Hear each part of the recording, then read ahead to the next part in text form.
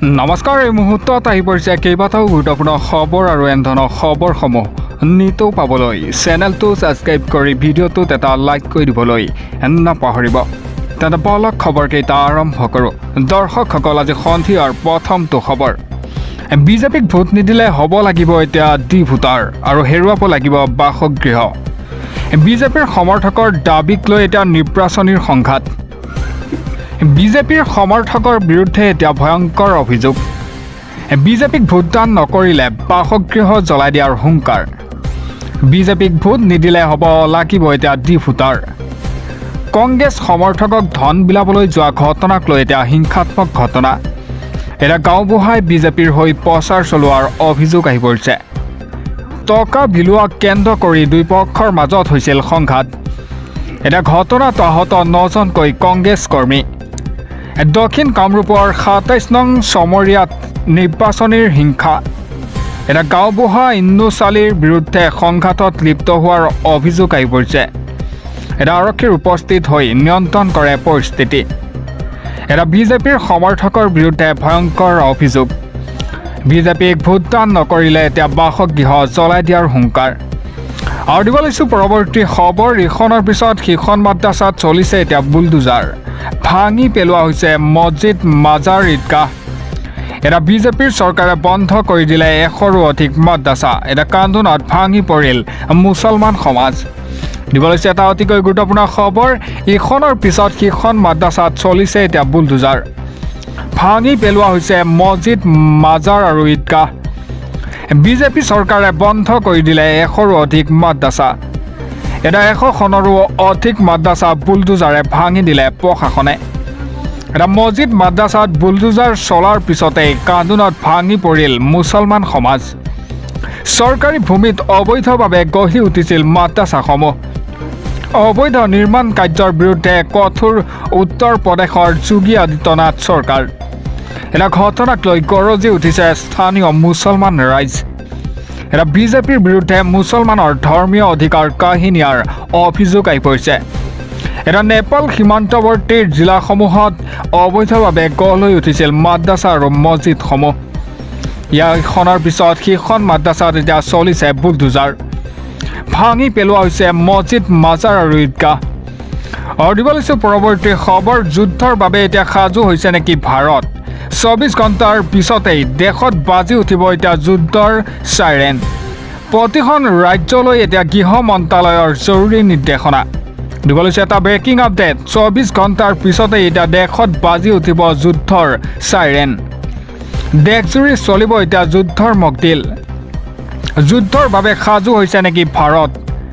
প্ৰতিখন ৰাজ্যলৈ গৃহ মন্ত্ৰালয়ৰ জৰুৰী নিৰ্দেশনা। এয়াৰ ষ্ট্ৰাইকক লৈ জৰুৰী নিৰ্দেশনা কেন্দ্ৰৰ। 7 মে'ত প্ৰতিখন ৰাজ্যত হ'ব সুৰক্ষা সম্পৰ্কীয় মকডিল। শত্ৰুৰ এয়াৰ ষ্ট্ৰাইকৰ সময়ত কেনেদৰে হ'ব সাৱধান? কেনেদৰে শত্ৰুৰ আক্ৰমণৰ পৰা ৰক্ষা পাব জনতাই? সাধাৰণ নাগৰিকক লৈ মকডিলৰ নিৰ্দেশ এতিয়া গৃহ মন্ত্ৰালয়। আকাশ মাৰ্গেৰে আক্ৰমণ চলোৱাৰ সময়ত চাইৰেন বজোৱাৰ নিৰ্দেশ। এটা নাগৰিক আৰু ছাত্ৰ ছাত্ৰীক দিয়া হ'ব প্ৰতিৰক্ষাৰ প্ৰশিক্ষণ। কিদৰে মানুহে নিৰাপদ স্থানলৈ যাব তাৰো দিয়া হ'ব অনুশীলন। 24 ঘণ্টাৰ পিছতে এতিয়া দেশত বাজি উঠিব যুদ্ধৰ চাইৰেন। দেশজুৰি চলিব এতিয়া যুদ্ধৰ মকডিল। আৰু দিব লৈছোঁ পৰৱৰ্তী খবৰ। ৰাজ্যৰ ভিন্ন প্ৰান্তত এতিয়া প্ৰচণ্ড ধুমুহা বৰষুণ। বিধ্বস্ত ৰাজ্যৰ কেইবাটাও প্ৰান্ত। এটা হাহাকাৰ পৰিস্থিতি। ধুমুহাই উৰুৱাই নিলে খণ্ড উন্নয়ন বিষয়াৰ কাৰ্যালয়ত টিনপাত আৰু উপচি পৰিল পানীৰে। দিব লৈছে এটা অতিকৈ গুৰুত্বপূৰ্ণ খবৰ। ৰাজ্যৰ ভিন্ন প্ৰান্তত প্ৰচণ্ড ধুমুহা বৰষুণ। প্ৰচণ্ড ধুমুহা বৰষুণত বিধ্বস্ত ৰাজ্যৰ কেইবাটাও প্ৰান্ত। ধুমুহাই উৰুৱাই নিলে খণ্ড উন্নয়ন বিষয়াৰ কাৰ্যালয় টিনপাত। ধুমুহা বৰষুণৰ পিছতেই এতিয়া চৰকাৰী কাৰ্যালয়ত উপচি পৰিল পানীৰে। নষ্ট হৈ পৰিছে বহু চৰকাৰী নথিপত্ৰৰ লগতে কম্পিউটাৰ। এতিয়া দৰঙৰ কেইবাটাও প্ৰান্তত ধুমুহাৰ তাণ্ডৱ লীলা। ঠায়ে ঠায়ে পথৰ ওপৰত বাগৰি পৰিল বৃহৎ আকাৰৰ গছ। এটা ভাঙি পৰিছে বিদ্যুতৰ খুঁটা আৰু ব্যাহত হৈ পৰিছে বিদ্যুৎ যোগান। বহু পৰিয়ালৰ বাসগৃহৰ লগতে দোকান পোহাৰৰ বিস্তৰ ক্ষতি সাধন। এটা ধুমুহাই উৰুৱাই নিলে চিপজাৰ খণ্ড উন্নয়ন বিষয়াৰ কাৰ্যালয় 3 পদ।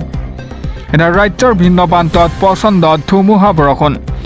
আৰু দিব লৈছোঁ পৰৱৰ্তী খবৰ, ৱাকফ সংশোধনী আইনে ধ্বংস কৰিব এতিয়া মুছলমানৰ ঐতিহ্য।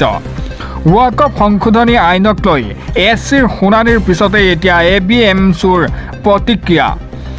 আইনী যুঁজৰ সমান্তৰালকৈ ৰাজপথত অব্যাহত থাকিব এতিয়া মুছলমানৰ প্ৰতিবাদ। দিব লৈছে এটা গুৰুত্বপূৰ্ণ খবৰ, ৱাকফ সংশোধনী আইনে আঘাত কৰিছে ভাৰতৰ সংবিধানক। ৱাকফ সংশোধনী আইনে ধ্বংস কৰিব মুছলমানৰ ঐতিহ্য। মুছলমানৰ ধৰ্মীয় অধিকাৰ কাঢ়ি নিব এই আইনখনে। এটা আইন যুঁজৰ সমান্তৰালকৈ ৰাজপথত অব্যাহত থাকিব মুছলমানৰ প্ৰতিবাদ। এটা ৱাকফ সংশোধনী আইনক লৈ SCৰ শুনানিৰ পিছতেই এতিয়া ABMCৰ প্ৰতিক্ৰিয়া। 15 মে'ত ধাৰ্য কৰা হৈছে পৰৱৰ্তী শুনানিৰ দিন। এটা ৱাকফ সংশোধনী আইনৰ বিৰোধিতাৰে উচ্চতম ন্যায়ালয়ৰ দ্বাৰস্থ হৈছিল ABMC। এটা ৱাকফ সংশোধনী আইনে আঘাত কৰিছে ভাৰতৰ সংবিধানক। ৱাকফ সংশোধনী আইনে ধ্বংস কৰিব এতিয়া মুছলমানৰ ঐতিহ্য। আৰু দিব লৈছোঁ পৰৱৰ্তী খবৰ, আৰক্ষীৰ জালত এতিয়া শুকুৰালি। আহোম আৰু মা কামাখ্যাক লৈ মন্তব্য কৰি আৰক্ষীৰ জালত শুকুৰালি। চামগুৰিত নিৰ্বাচনী প্ৰচাৰ চলাই শুকুৰে কৰিছিল বিতৰ্কিত মন্তব্য। এতিয়া গ্ৰেপ্তাৰ কৰে শুকুৰালিক। দিব লৈছে এটা গুৰুত্বপূৰ্ণ খবৰ, আহোম আৰু মা কামাখ্যাক লৈ মন্তব্য কৰি আৰক্ষীৰ জালত এতিয়া শুকুৰালি। সামাজিক মাধ্যমত চৰ্চাত থকা শুকুৰালি আৰক্ষীৰ জালত। গোৱালপাৰা টাউন আৰক্ষীয়ে আটক কৰে শুকুৰালিক। চামগুৰি নিৰ্বাচনী প্ৰচাৰ চলাই শুকুৰালিয়ে কৰিছিল বিতৰ্কিত মন্তব্য। এতিয়া আহোম মা কামাখ্যা মন্দিৰ লাচিত বৰফুকনক লৈ উদ্ধত মন্তব্য কৰিছিল শুকুৰালিয়ে। সোধা পোছাৰ বাবে আৰক্ষীয়ে আটক কৰে শুকুৰালিক। যিকোনো মুহূৰ্ততে আৰক্ষীয়ে শুকুৰালিক গ্ৰেপ্তাৰ কৰিব। আহোম আৰু মা কামাখ্যাক লৈ মন্তব্য কৰি আৰক্ষীৰ জালত পৰে শুকুৰালি। এটা সামাজিক মাধ্যমত চৰ্চাত থকা শুকুৰালি আৰক্ষীৰ জালত। আৰু দিব লৈছোঁ পৰৱৰ্তী খবৰ, প্ৰচণ্ড খং উঠিল মুখ্যমন্ত্ৰী ডক্টৰ হিমন্ত বিশ্ব শৰ্মাৰ। ৰঙা চকু দেখুৱাই মুখ্যমন্ত্ৰীয়ে ক'লে ঠেং ভাঙি দিম। এনেদৰে মন্তব্য কৰে মুখ্যমন্ত্ৰীগৰাকীয়ে।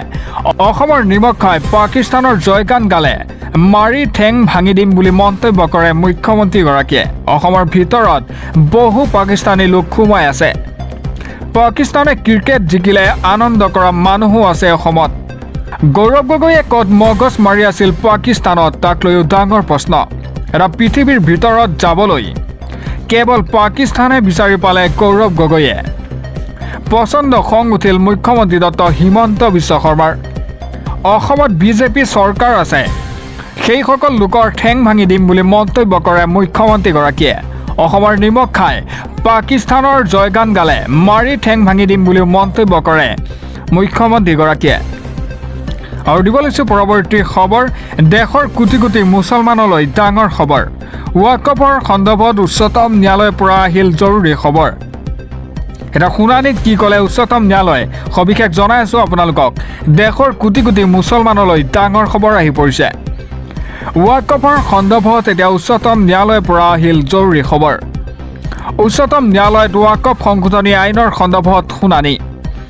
15 মে'লৈ গোচৰ শুনানি স্থগিত ৰাখিলে উচ্চতম ন্যায়ালয়ে।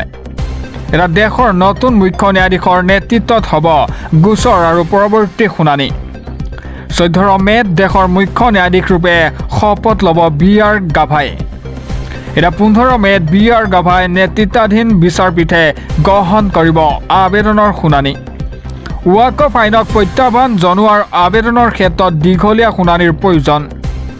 এটা নতুন CJI বিচাৰপীঠে গ্ৰহণ কৰিব গোচৰৰ পৰৱৰ্তী শুনানি। এটা দেশৰ কোটি কোটি মুছলমানলৈ এইটো এটা ডাঙৰ খবৰ। আৰু দিব লৈছোঁ পৰৱৰ্তী খবৰ, মুছলমানৰ 14 গোষ্ঠীয়ে লুঙি পিন্ধিব। মুখ্যমন্ত্ৰী হিমন্ত বিশ্ব শৰ্মাৰ কথাত আমি গুৰুত্ব নিদিওঁ। কোনে কি খাব কি পিন্ধিব তাত হস্তক্ষেপ কৰাৰ অধিকাৰ নাই মুখ্যমন্ত্ৰীগৰাকীৰ।